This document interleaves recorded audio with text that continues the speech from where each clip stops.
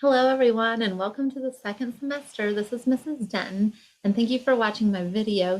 In this video I'm going to refresh for you my grading policy as well as kind of give you a heads up of what's going on in semester 2.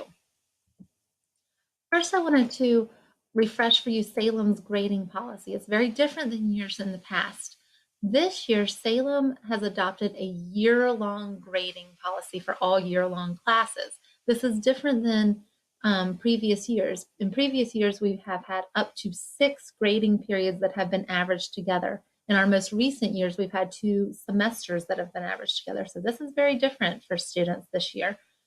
What that means is the grade that came home on the report card is just simply a snapshot of what your student has done in the first semester.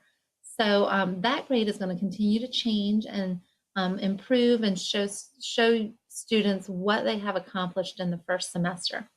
It does hold a little more weight than a 6 weeks or 9 weeks report card in that it will show up on college transcripts when your students start to apply for colleges. But as far as the grading policy goes, I wanted to show you kind of an example of why Salem has gone to a new grading policy. So in the most recent years, we've had 2 semester grades that have been averaged together. So let's take this student for an example, and this is a very common thing that happens in my classes. In the first semester, student doesn't do so well.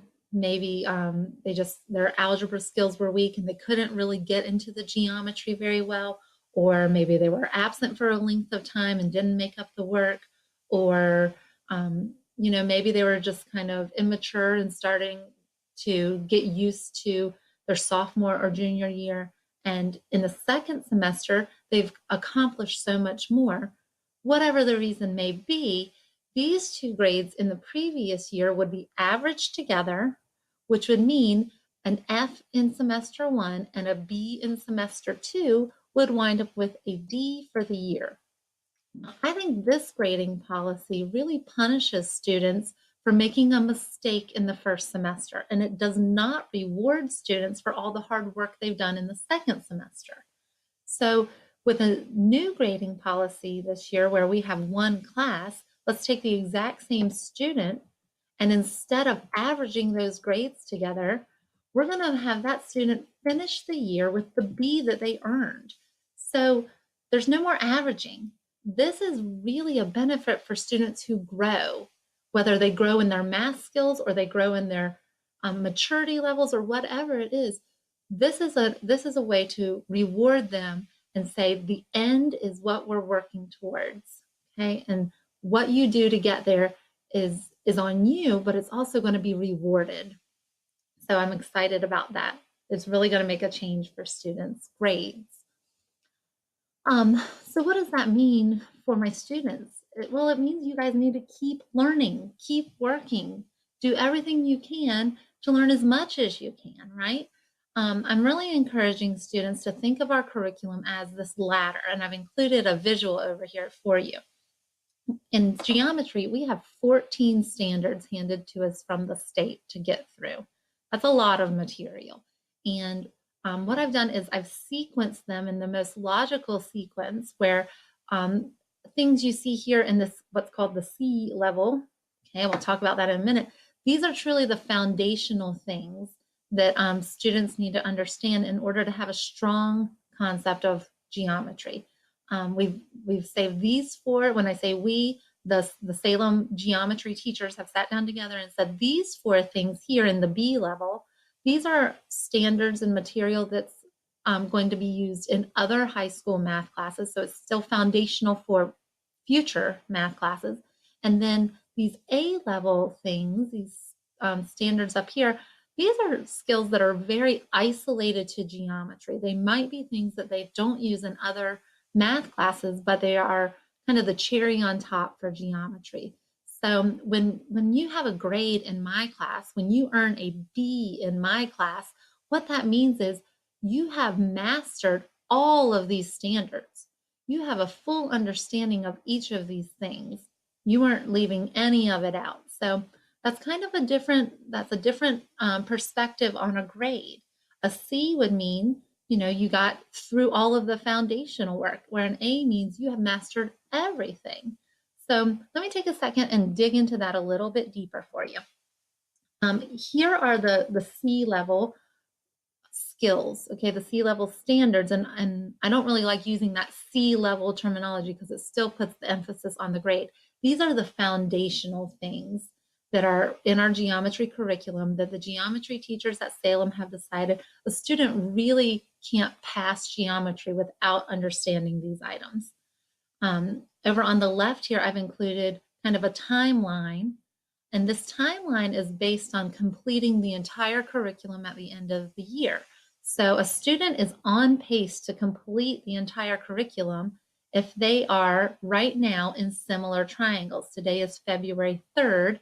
So if a student is working within similar triangles right now, then they are on pace to complete the entire curriculum and master all of geometry by the SOL date. If a student is working slower than that for whatever reason, maybe we were working on algebra skills that we had to buff up before we could move forward. Maybe your student was sick for a length of time and they haven't made up that material, whatever the case may be. If your student is working behind the February pace, then I will explain to you at the end of this video a few things that they can access in order to speed back up. These 4 standards are what we've considered the B-level standards, and these are things: graphing circles, properties of circles, triangle relationships, and logical reasoning are 4 things that students are going to see in future high school math classes. To graph, for example, next year your student will either go to AFTA or Algebra 2, where they're going to be required to graph parabolas. Well, the skills we learn here in how to graph a circle is exactly the same technique in how to graph a parabola. So that's something that will transfer to the next level math class with them, as well as all these other standards are also. And then finally, those A-level standards I was talking about, those isolated things that are truly specialized to geometry, these are skills and concepts that your student may not use in another math class, but they're truly the cherry on top for geometry. And you can see that in order to be fully prepared for the May SOL, students need to complete these by May. So a little more information on how to prepare for the SOL and what we can be looking at. Here again is our ladder, and I've included our timeline, the full timeline to get us from September to May. And again, we're right here in February, so we're halfway up that ladder. Our SOL is Wednesday, May 16th, and I just wanted to give you a little information into how the SOL is scored. So in the state of Virginia, each math class breaks their standards down into 3 strands, and a student must pass each strand as well as earn a passing grade on the entire test. So, each strand, a student must get a 30 out of 50 on each strand, and then they have to get a 400 on the entire test. Now, those 2 scales do not equate, because 50 plus 50 plus 50 certainly doesn't equal 600. So there's a different scoring mechanism for the 2 parts there, but all that to say they must pass each strand as well as pass the entire test. And what this does is it prevents teachers and students from only teaching a portion of the course and leaving out other material.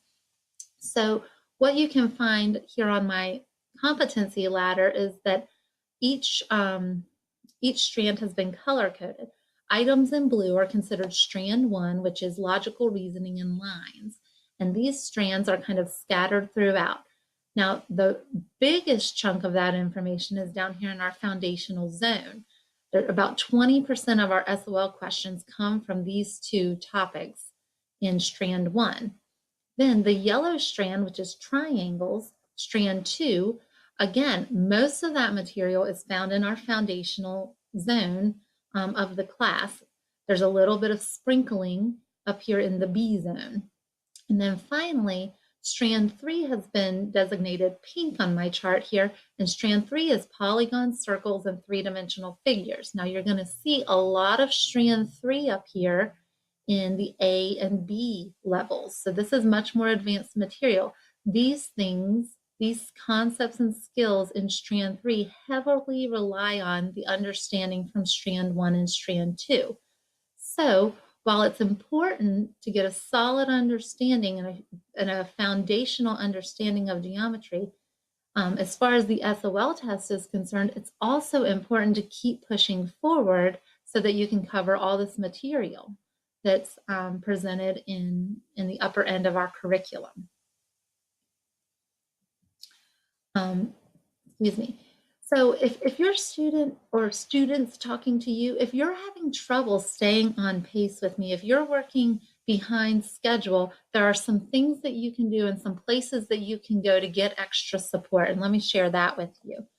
First of all, parents, if you're unaware, our 80% of our curriculum is online. I've put all my notes online. I've put all practices online. We use IXL, we use Khan Academy. So all of that is available to students online. And almost all of our quizzing is online as well. So students can really access almost the entire class via Google Classroom. So anywhere they have web access, they can access the class. So if they're telling you they don't have any work to do at home, you can now tell them, I know that's not true. I know you can access your class at home. Let's get busy, okay? There is a little bit of stuff, a little bit of practice and partnership activities and things like that that we do in the classroom. But if 80% of the class is available online, they can get a lot of work done. Another thing that's super important is I am at school every day by 7 a.m. In fact, it's my planning period. I have to be there by 7. And so I'm there and my door is open and students are dropping in and out getting work done. So please encourage your student to use that time. The buses start dropping off at Salem at 7:05, and I see a lot of my students walking around, and I really think they could get a little bit of extra work done, if they would come in and sit with me before school. Another amazing opportunity that Salem offers is called MASH, and MASH stands for Math Assisted Study Hall. It is not a study hall that you can enroll in. So don't call your guidance counselor right now and try to get enrolled in MASH. It's a drop-in study hall. So if your student is in a standard study hall and they realize, hey, I need to get some work done for geometry, they can go to any of these study halls, MASH study halls throughout the day to get work. And all of these people are math teachers and all of them can help with geometry.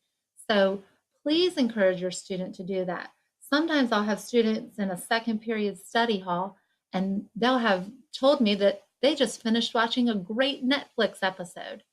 Well, that's a nice way to relax, but it's difficult when you say that and then you're also struggling to keep up in math class. So please encourage your students to do that. There's no one at the school who's going to force them to do that. So that is going to be something they need to kind of choose on their own. I can follow up, but they need to be going to that to really get the best benefit possible. So these are just a few resources available. There are other resources available that we could talk about if this is not enough. We can absolutely brainstorm with counselors, administrators, resource teachers, whatever it is, to find a way to aid your students the best that we can. So I just want to say thank you so much for all your support and encouragement. If there's anything in what I've talked about that concerns you and you need to contact me, I've listed my email as well as the school phone number, and I will absolutely get back to you as quickly as I can. Thank you so much.